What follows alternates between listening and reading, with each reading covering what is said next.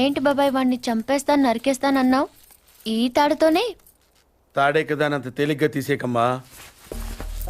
అది ఇక్కడ కడితే మొలతాడు, ఇక్కడ కడితే ఉరితాడు, ఇక్కడ కడితే కాసితాడు. మరి అక్కడ కడితే పడతాడు. ఇప్పుడు నేను చెప్పబోయే విషయం ఎవ్వరికీ తెలియకూడదు. మన ఇద్దరి మధ్యనే సమాధి అయిపోవాలి. ప్రామిస్? Promise promise. ఓకే. వాడు ఇప్పుడు లోపలికి వస్తాడా? కామన్ గా కిటికీ వైపు చూసుకుంటూ 4 అడుగులు ముందుకేస్తాడా? కాలికి తాడు తగిలి మంచం మీద పడతాడా? తర్వాత దుప్పటి కప్పుకుని పడుకుంటాడు. అందుకే ఆ ఫెసిలిటీ లేకుండా మంచం మీద దుప్పటి, మంచం కింద ఈనట్లు రెండూ తీసేశా. ఇప్పుడు వాడెళ్ళి దాని మీద పడగానే బోల్ట్లు లేవు కాబట్టి ముందు మంచం విరుగుతుంది, తర్వాత వాడి బాడీ నేల గుద్దుకుంటుంది. ఫట్ మన ఎముకలు విరిగిన సౌండ్, అమ్మా అని పెద్ద ఆర్తనాదం. ట్రాక్టర్ వెళ్తుంది, డాక్టర్ వస్తాడు, నడుం విరిగిందని చెప్తాడు. ఆ వార్త వినగానే షాక్ తో మీ తాత బాబూ అని గావుకేక పెడతాడు. పార్దు అని మీ అమ్మ, బాబా మీ అక్క, మా ఆవిడ.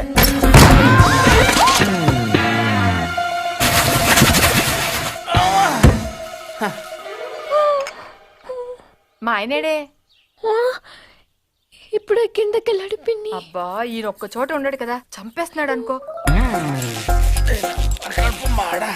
మీ బాబాయ్ ఎక్కడైనా చూసావా? లేదు పిన్ని. గట్టిగా దూసిందేంటి? ఈయన ఎక్కడా? ఎందుకే కిటికీలు బార్లా తెరుస్తారు? దోమలు వచ్చేస్తాయని చెప్తే అర్థం కదా, మాట అంటే లెక్కలేదు. కింద లేడే, అందుకే వచ్చాను. వెళ్తున్నాడు పిన్ని. అబ్బా మళ్ళీ వెళ్తున్నారా? ఏమండి, ఎప్పటి నుంచి వెతుకుతున్నాను. వేడి కాఫీ సాసరు కూడా ఉంది.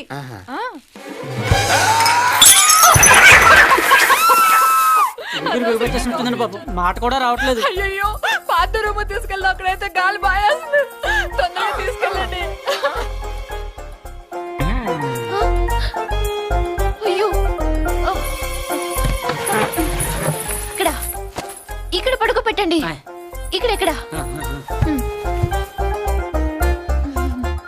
అదేంటి ఇక్కడ పడుకోబెట్టారు? మంచం మీద పడుకోబెట్టండి నా దేవుడు. అమ్మా ఎక్సర్సైజ్ బాడీ కనుక తట్టుకోగలుగుతున్నారు, లేకపోతే ఎవరికి చెప్పను బాబాయ్. ఏదో చెప్పాలనుకుంటున్నారు. పాపం తొందరగా మంచం మీద పడుకోబెట్టండి. అంతా అయిపోతుందండి.